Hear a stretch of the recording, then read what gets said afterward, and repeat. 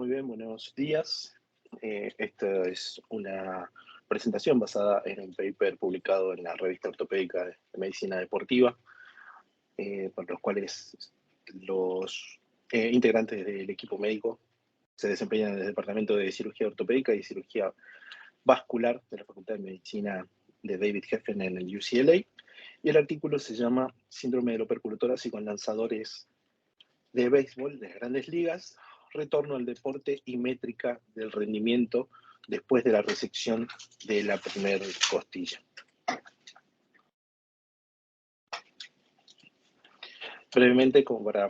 entrar en ritmo en el tema, hablamos de que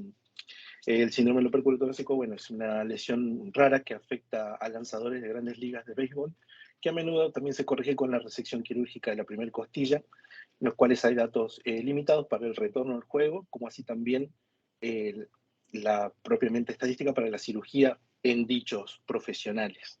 La hipótesis, primeramente, lo que plantea es que en este tipo de profesionales se someten a una resección de la primera costilla, mostraron en primera instancia un alta para el retorno a la práctica profesional. Segundo, la nula diferencia que existe entre la duración de la carrera postoperatoria en comparación con los grupos controles. En tercera instancia, ninguna diferencia respecto al rendimiento tanto pre y postquirúrgico. Y en cuarta instancia, la nula diferencia entre el rendimiento de un postoperatorio en comparación con el grupo control. Para ello, el diseño de estudio fue un estudio de corte de tipo retrospectivo con nivel de evidencia 3. Los métodos constaron en una evaluación de dichos lanzadores con un síndrome del opérculo torácico de tipo tanto neurogénicos como vasculares, que se sometieron a cirugía de resección de la primera costilla entre enero del 2001 y el 31 de diciembre del 2019, y que a través de la selección fueron identificados por los diferentes informes públicos de lesiones en comunicados de prensa, como así también el sitio web oficial de la MLB y los diferentes informes de los equipos que integran esta liga, como así también otros blogs profesionales. Respecto al método, bueno, es un método de estudio de corte retrospectivo, como habíamos dicho, el cual evalúa puntualmente ese tipo de profesionales durante un tiempo determinado.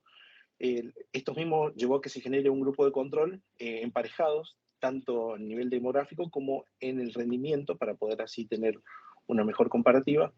A cada jugador del grupo de control se le asignó un año índice que le correspondía al año de cirugía del grupo de casos, y los datos de rendimiento incluyeron diferentes características relacionadas propias del juego, como son la cantidad de juegos jugados, promedio de carreras, eh, lo que tiene que ver la cantidad de jonrones, los pases de bolas, la cantidad de ponchadas y las carreras limpias, entre otras. En cuanto al método, hablamos principalmente de un total de screening de pacientes que fueron un número de 35 y que posteriormente fueron sometidos a dicha resección de la primera costilla en número de 33, donde de los 33, 31 pacientes fueron los que pudieron lanzar nuevamente, aunque sea una pelota a la vez, en la liga profesional. Y en un tiempo mayor a 18 meses posterior a la cirugía, fueron 28 los que no presentaron ningún tipo de complicaciones relacionadas al motivo original de consulta, que es el tos. Y de este grupo, un total de 16 pacientes fueron los que a través de los diferentes screenings tuvieron el alta definitiva y tuvieron la capacidad, digamos, de desarrollarse en la liga de manera profesional sin tener ningún tipo de secuela relacionada con la patología inicial. Y de ese grupo de 26 fueron 22 los que presentaron un tipo de tos de origen neurogénico, mientras que los 4 restantes lo hicieron de manera en su variedad vascular. La tabla 2, básicamente lo que trata de mostrarnos es el modo de comparación demográfica entre jugadores que se hicieron y que los que no hicieron el retorno de manera profesional a la práctica de dicho deporte, ¿sí? Lo que vemos, lo que se tiene en cuenta principalmente son el tiempo de cirugía, índice de masa muscular,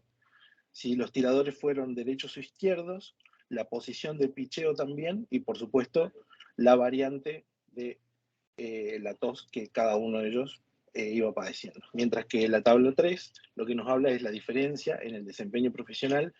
en el antes y el después de la cirugía, teniendo en cuenta el año índice para cada uno de los casos controles.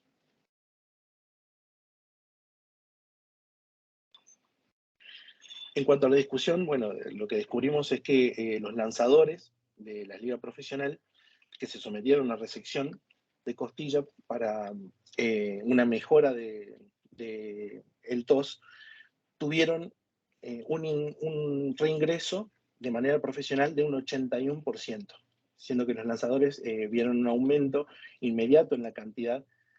de su IP por juego por temporada posterior al regreso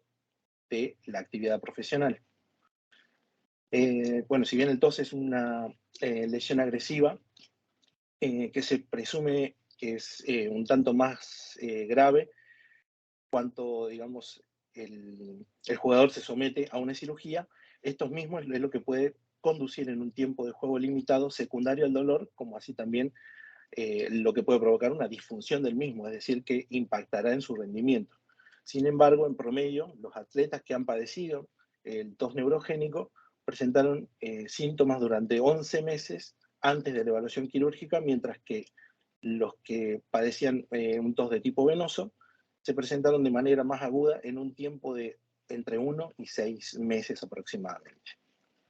Bueno, esto es lo que hace el estudio fue principalmente comparar la temporada directamente antes de la cirugía con la primera temporada completa posterior a la misma y ya de regreso a la práctica profesional. ¿Sí? Encontró que el lanzador en un promedio de 0,94 entradas más por juego después de someterse a una cirugía. ¿Sí? El estudio incluyó tanto los datos de rendimiento de la misma temporada previa a la cirugía, como también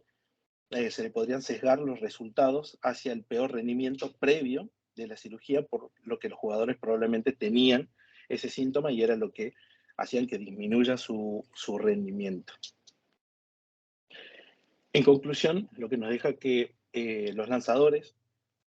de la liga profesional que se sometieron a la resección de la primera costilla para mejorar el síndrome del opérculo torácico, demostraron altas tasas en el reingreso a la práctica profesional después de la resección de dicha costilla, ¿sí? Sin ninguna diferencia en la duración de la carrera postoperatoria en comparación de los controles, hizo que tenga una mejora en el rendimiento tanto en el postoperatorio y que no exista ninguna diferencia en el rendimiento del postoperatorio en relación también al grupo control de las mismas. Aquí les dejo el link del artículo por si desean releerlo de nuevo. Muchas gracias.